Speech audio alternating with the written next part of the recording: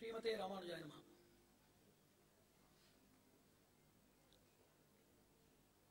Mobile phone off pannி வச்சிருப்பா. Amongst the gifted species of God's creation, there is a bifurcation that is enunciated by the Shastras as the gifted and most gifted personalities. Already it has been told that the human species are the most advanced species because of their intellectual standard and specifications, but still it has been further bifurcated as gifted and most gifted. As they are physically blessed with the form with which they can operate as well as assist for the survival, sustainability and development of the other species, as well as think with the operations of their intellectual evolution, so as catering to the needs and contributing to the all-round happiness of the surroundings, the total eco of the cosmic system. There is a greatness. So the persons who are provided with the provisions and opportunities, they are gifted. And the persons who are utilizing and achieving the same, they are considered to be most gifted. So the provisions are available with all living beings. Ears are with everybody. But thirst towards knowledge is limited with somebody. Pocket is with everybody. And both availability of wealth as well as the mind, benevolence to distribute the wealth to the others and needy, that is very limited. So gifted and most gifted. There are always imbalances in the world, which we call taratamya. These ups and downs, we may define it as a karmic principle or a dharmic principle, or they may define this thing to be the natural, inevitable phenomenon of the cosmic functioning, but still, these imbalances, they have two edges or two ends. The good and evil. Melancholy and eudaimonia, that is happiness and sorrow. Then richness and paucity, cowardice and courage. So there's all of this dvandva, as we used to call it. These various discriminations, they do exist in the world. And those who are put between this discrimination, between the standards of the placements, they are said to be baddhas, those who are binded. And we used to see millions of people put between these imbalances. And there are only a specific group of people, I'm addressing you, there is a specific group of people who are born, who are blessed, who has been, tadatmanam shrujamyaham is the Bhagavad Gita Vakyam, which has been interpreted by Ramanujacharya by two means. One, I am taking birth. Aham avatarami. Aham jnani ganan mama bhaktan avatarayishyami. So I myself, I am coming, descending for the welfare of mankind and upliftment of humanity is the first meaning. I am sending my delegates, representatives, the incarnations, those who are embellished with the transcendental attributes of unconditional clemency and potential desire to serve and uplift the mankind. I am sending such people for the welfare of the universe. So that is the second meaning. So these type of second people are meant or born for neutralizing these imbalances and eradicating the unwanted. So the gifted people, even though they are gifted with the provisions, they are just struggling between the imbalanced stages of equilibrium, whereas the most gifted people who descend as per the divine aspiration or will of the Supreme, the ultimate cosmic responsibility factor, those people, they are descending as per the will of the Supreme in order to neutralize, balance, capacitate, and nullify respectively the wanted and unwanted ones. So these people, they are known as Ghatakas. So such people and their spirit of contributing towards the welfare of the common public, the fellow beings, as well as the eradication of the ugly heads of the society, that has paved the pathway for the invention, coining, coordination, and congruity in the term known as NGO. So, a person who is destined to have power, destined to have a responsibility as a ruler, there are two responsibilities. One is a responsibility which is constitutional. For example, if there is a government, let let it be theocracy, cryptocracy, phulocracy, democracy, whatever it may be, a person elected and positioned in a throne, except in absolute and tyrant monarchy, he becomes answerable to the people who have elected and who have anticipated a lot of things from him. So this is a commitment which is on the basis of a constitutional situation where the rigidity of the conditional constitution that stipulates the person to be expected from the so-called electives or subjects. So the second thing is a moral responsibility, which is a spiritual attribute which springs and blossoms from the deep abysmal core of the heart, which reflects only in the azure soul, which is transparent and transcendental by the divine insight and immanence. It is not possible for all people. It is possible only for those who are the most gifted. So such a person who is non-governmental, who is not destined to rule, who is not having any constitutional binding, just as a domestic binding is there for a family head to take care of the children and the other people who are incumbent with his family life. So these type of liabilities, which are blood related, constitution related, mutuality related, transaction related, these things are oriented with conditionalism. An unconditional thing comes from an NGO because it is not destined to do, it is not empowered to do. There is no necessary compulsion for them to do these things. Generally, a person cares about only himself. The most desirable object and objective for a person is himself and his development. It is a nature and inherent instinct of a normal human being to be self-centric. And a person becomes domestically centric, that is ecocentric, then microcentric, macrocentric, then anthropocentric, geocentric, cosmocentric. There are different types of centralism. Depending upon a person's financial status, the person purchases and establishes his richness in each and every abode. Likewise, depending upon a person's spiritual wealth and divinity in his soul, the presence of divinity in his soul, he is becoming centric. A person who is limited in divinity becomes self-centric. For him, the most possible charity is to take care of his wives and children. So these things are very limited and crooked. So for a person who is magnanimously blessed by divinity, for a person who is exorbitantly showered with the choicest benedictory barshas of the divine order, that person always thinks about the world. That is what we call cosmopolitanism, altruism, philanthropy, service, charity. All of these contributive factors have resulted in the formation of institutions. The institutionalization or organizational transformation or metamorphosis of these transcendental attributes have resulted in the formation of trusts, foundations, NGOs, etc. So this is the genetic background of NGOs. So let us define philanthropy. It is very clear.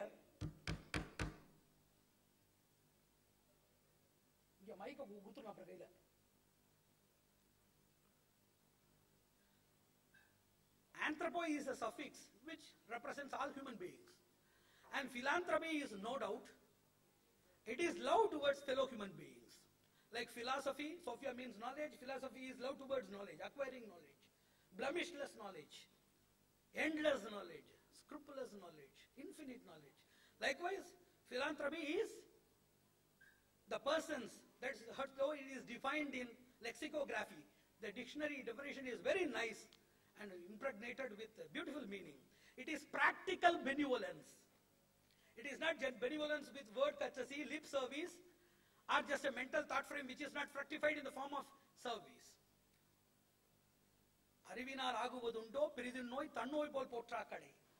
Just as a person immediately rushes for rescue if something happens to him, the same quality being imposed on a person who is nowhere related, no transaction, no benefit is acquired from that person, that type of advanced, the high-tech philanthropy or service, that is what we call daya. Daya hi paradukha dukkitvam, empathy. The greatest advancement of knowledge and the culmination of a person's spiritual precision, perfection and permanence is nothing but to be sorrowful on account of other sorrows, and not only being a conceptive person or an apparent person who is just participating in verbal services or just a physical involvement, but totally see to his maximum contributive level that it is totally extirpated with his level best. This is the art of charity. And charity comes where there is purity, where there is integrity, and where there is divinity. Without these things, it won't come. So, charity is the father of service. There is a saying, charity is the father of service. So, it has been clearly understood that charity can be done by only people who love to lose things and don't expect something to be gained. Charity is possible only from such a heart which gains pleasure in losing and which loses pleasure in gaining. Only that beautiful heart is eligible for getting into this art of charity. And there is also one saying, and not to help a person in distress is nothing but killing the person in your heart. This is also an anonymous saying. To leave a person, to abandon a person, to totally be negligent towards a person who is in distress is nothing but killing the person in your heart.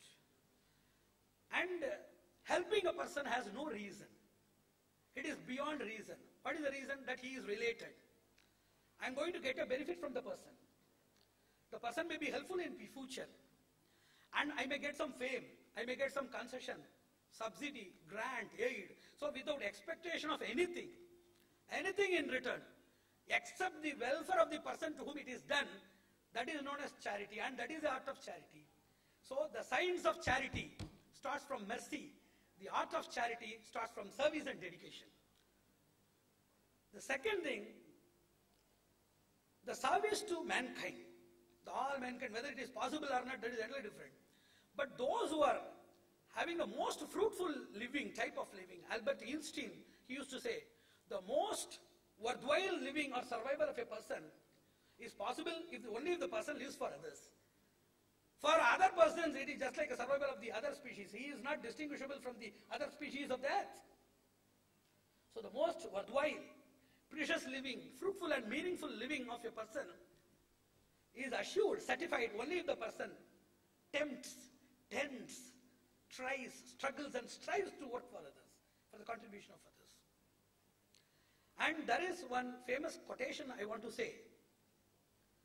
It is very beautiful, and even though written in the form of poem, it carries the meanings of the scriptures, the real scriptures, not the practical scriptures what we see, the real scriptures, the real color of scriptures. If I stop one heart from breaking, I shall not live in vain. If I stop one heart from breaking, I shall not live in vain. It is a famous saying by Emily Dickinson, I think. Whenever a person moves for helping others, rescuing others, his life becomes fruitful. If I am consoling somebody, if I am giving life to somebody, if I am throwing lights and drive away the murky clutches of the person, the illusion of a person, then only I am just fructifying my birth and propitiating that divine spirit which has given me that birth. Then only the Creator becomes satisfactory about our creation. So this type of mentality, even though it is quite observed in our scriptures, the practical vision that we have in the world will be always a different, distinct, and sometimes controversial to what we read and what we expect from this society. They need not be one. Because of lack of proper guidance. Generally, temptation towards doing good things or avoiding bad things are carried by three major instincts. One is avarice, second is fear, and third thing is clemency or mercy. As mercy is a very difficult product which could be generated in all species unless they are blessed by circumstantial provocation, by self-subjection to such circumstances, or being taught and inculcated by the divine lineage, or a person who is born gifted, Jata Punya Janma. So unless these persons belong to any one of these 4 or 5 categories, it is very difficult for them to generate mercy. So there are two other qualities. If I do some punya, some good activities, I may get I may augment my wealth, my richness, I will get all benefits.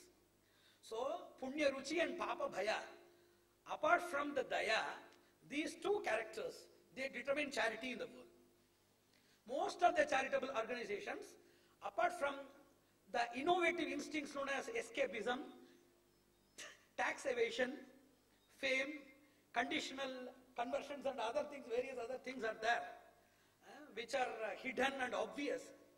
So apart from these qualities, the basic other two instincts which govern the society to be driven towards charity is avarice and fear.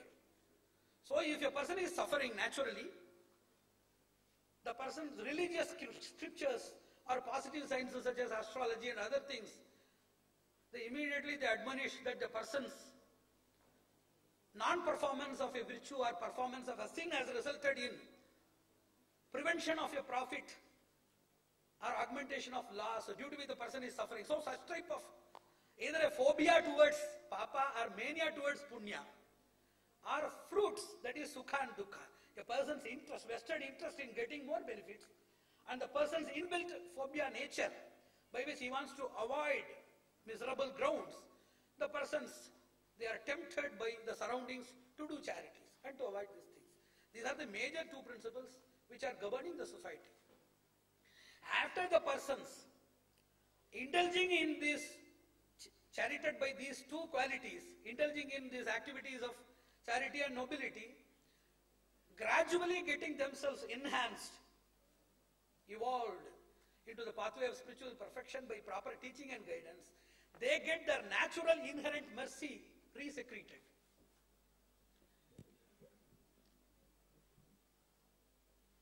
So even for other people who are between these two qualities, even in the pretext of any avarice or fear, if they are led towards the pathway of charity, gradually the rajasic and tamasic qualities within them is totally diluted, by which a person gradually learns the secrecy, the serenity, the abundance of the inherent quality of mercy which is hidden within himself, not being secreted from an external source. So it is the duty of an NGO. What is the duty of an NGO? NGO has a lot of duties. They take various sectors. What is the duty of an NGO? NGO has a lot of duties. They take various sectors. I am willing to take the primeval area wherein by we can reach in all-round happiness in parallel with the other areas. What are the other areas? It deals with water resources, energy resources, then global citizenship, third world, prevention of war, then peace and conflict resolution, rural empowerment and employment facilities, then youth empowerment, education, training and employment facilities, illiteracy eradication, health awareness, hygiene, treatment, care and rehabilitation to people subjected to cruel diseases, then education and then training, then it deals with women empowerment, child care, then energy resources, then disaster relief, dissemination of knowledge, rehabilitation of addicts, prisoners, refugees, microfinancing, promotion of cottage industries, heritage and culture, religion. These are all the various sectors in which all these NGOs they function. What is the primeval factor which distinguishes the success? That is mercy. So there must be an NGO meant for securation of mercy and unlimited love. There is an institute. There is an institute at Texas. It is an International Research Institute for Unlimited Love. But they are researching with papers and documents within a small room. But they are trying to do that. So there must be an institute exclusively meant for analyzing, understanding, abbreviating, technically interpreting, extracting, purifying, enriching, multiplying, distributing, to be an inexhaustible container, reservoir, depository and supplier of unlimited love and mercy. How is it possible? For the secretion of mercy, there are some hindering factors. The hindering factors are to be removed and supportive factors are to be instilled. It is possible only by knowledge. And dissemination of knowledge by means of conferences, seminars, workshops, counselings, then practically conducting similar type of these things in the reachable language, regional language, with the suburban, rural and tribal areas, with lucid style of rendering in translations and simplicity and carpity in rendering our lectures that will make them easily accessible to the pathway of knowledge. And dissemination of knowledge, it is not an alternative or substitute to the already existing wings or projects. It is an animator. It is a vitalizer. It is a nourisher. It is the ultimate solution that will put an end to all the problems, as well as be an additive to all of the other desirable objectives that has been now launched by the various NGOs now. So our NGO, along with the other NGOs existing, when compared to that of the various NGOs available here, who are very much closer to the society, who are very much intimate, proximate and accessible to the needy and downtrodden members of the society, we were nowhere, and we are nowhere now also. We are just in the cradle level. We are in the lactic stage. But our desire is very intensive. Our capability is very intensive. And we have lot of desire for more benevolence and more service, and we look for more opportunities. So, lack of integrity, communication and coordination between like-minded people is the only curse of the world by which the world is suffering. There are a lot of curses for the world. There are 1,000 curses. Let it be. But the worst and best curse is lack of coordination, understanding, mutuality and sacrifice and one-mindedness between those people who are indulging in the same mission for a same goal. Ego clashes, lack of proper understanding resulting in misunderstanding, confusions, competitive status. These various qualities, which are all the functionaries of a very low profile of a deplorable mind, that has resulted in creating a macro curse which still preserves all the curses to be ever young and green.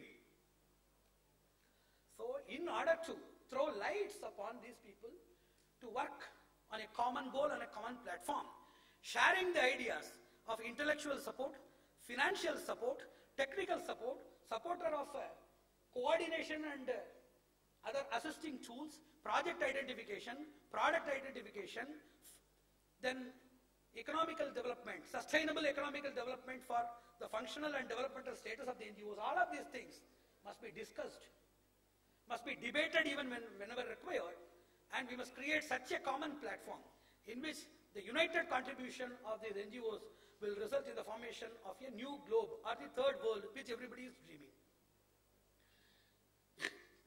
This can be a good supporter of the government in all supportable activities. It can question the government in issues of human rights violation, citizens' fundamental rights violation, political right violation, all these fundamental rights violation, various areas. It can be a check and balance. It can be a proper commander to the army. It can be the ruler of the rulers of the state, even though it is a non-state actor. It can be the contributor to the contributors. So, proper identification of the benefactors, proper identification of the beneficiaries, it must be there. There are a lot of NGOs with a lot of desire and dreams. So identification of proper benefactors, that is the source of input. And even those who are abundant with input, they are having lack of proper services, properly reaching the proper people. Proper output to the proper destination or the targeted downtrodden members of the society must also be there. So that is possible only by sharing of knowledge. So when a person starts to think that he is ignorant, he is enlightening himself. When the person is sharing his wisdom already available, then he is culminating himself. The person really emancipates when he tries to liberate others with his wisdom. So this is the evolution of wisdom. Likewise, we accept that we know something which we want to clarify or discuss. We also accept that we don't know so many things. We want to know a lot of things. So with this ideology, I want to just conclude with two major statements. One thing is to create a common platform in the form of either internet database or something, Even though not for international NGOs. There are different type of NGOs. They used to say INGO means international NGO. Then BNGO means business NGOs. GONGO, government operated NGOs.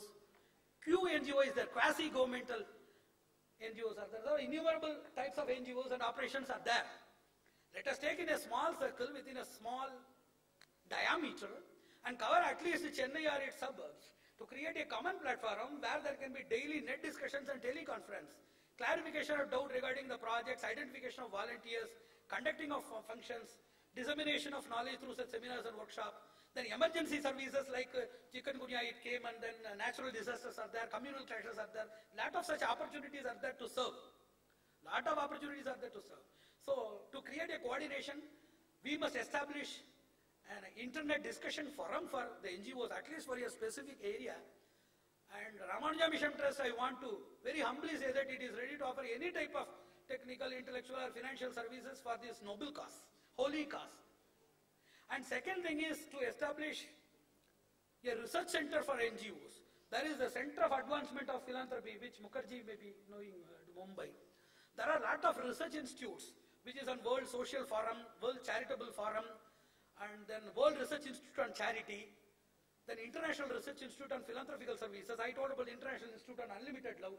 So there are a lot of institutions with funds, projects and knowledge. There must be a coordination. Translations must be available to rural and suburban areas to facilitate their involvement also. So we want to create such an area wherein by monthly meetings are done, personal meetings. Net is accessible everywhere at any time. We can do that with any person. And conduct monthly meetings with all NGOs and to discuss about their developments, their problems, their programs and solutions by which we will get a lot of things. And there are people in seniority, there are people who are very worshipable in their achievements, there are people who are meritorious in their accomplishments in the society over decades, having done to millions of people. We respect their seniority and we are ready to share anything from them. We are ready to be a receptacle from them, and we are ready also for other receptacles to distribute anything that is available with them. And I crave the indulgence of each and every NGO of this Chennai or the other people, those who come here, to extend their warm support and cooperation for this 7-year-old lactic baby, to get nourished by your thoughts and involvement, as well as we are also ready to nourish the other NGOs which are in underdevelopment stage. Narayan, Narayan, Narayan.